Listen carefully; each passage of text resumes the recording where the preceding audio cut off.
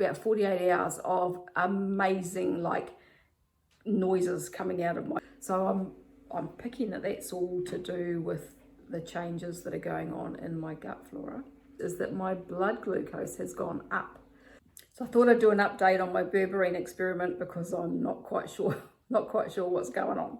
I started on Berberine when I was doing the Lion diet a few weeks ago, and I only lasted 5 days on the Berberine because I had so much going on with my gut and with diarrhea that I didn't know whether it was the Berberine or whether it was the Lion diet. So I did 5 days and I stopped. But when I started on the Berberine, I think it was like the second and third day, I had about 48 hours of amazing like noises in my belly, and it was like there was a war going on in there, and I'm guessing that there was a war going on in there.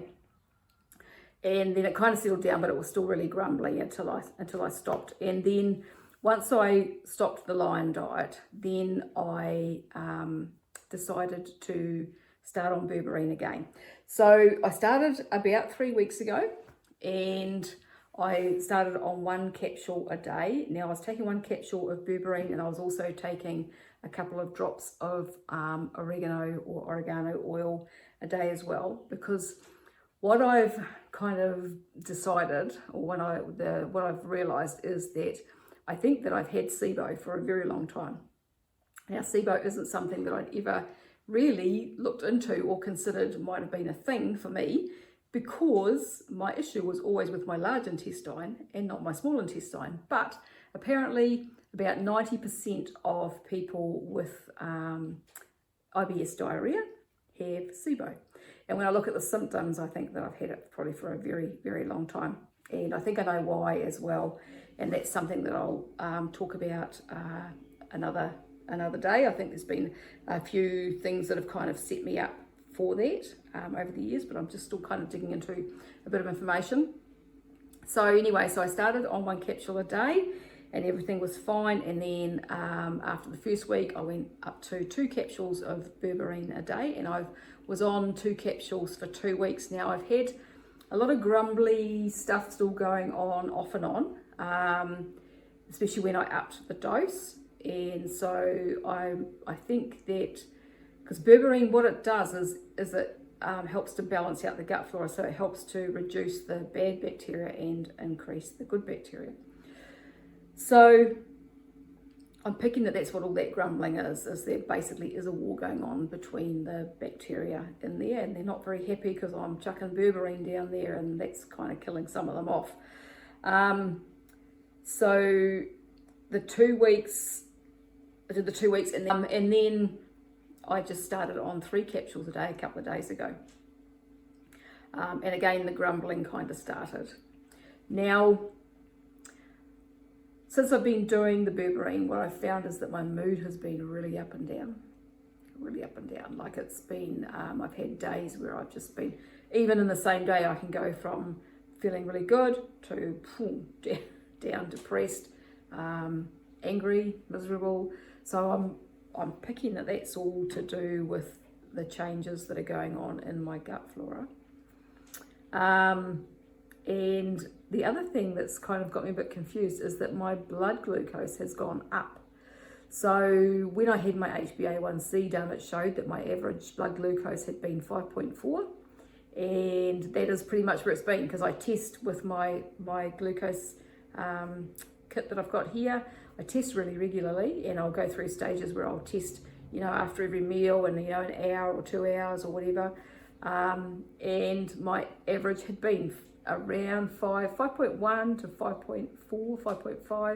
And when I was fasting, I would go down to, 4.7. And because the 5.4 is 100. So if you're in the US and you've got those figures, the 5.4 is 100. And so my blood glucose has been pretty good. And then since I've started on the Berberine, my average has been 6.1, 6.4. And because I thought, this will just be temporary, but I'm 3 weeks down the track and it's still the same. And I haven't changed my diet. I'm still eating the same. So I'm not sure why that is.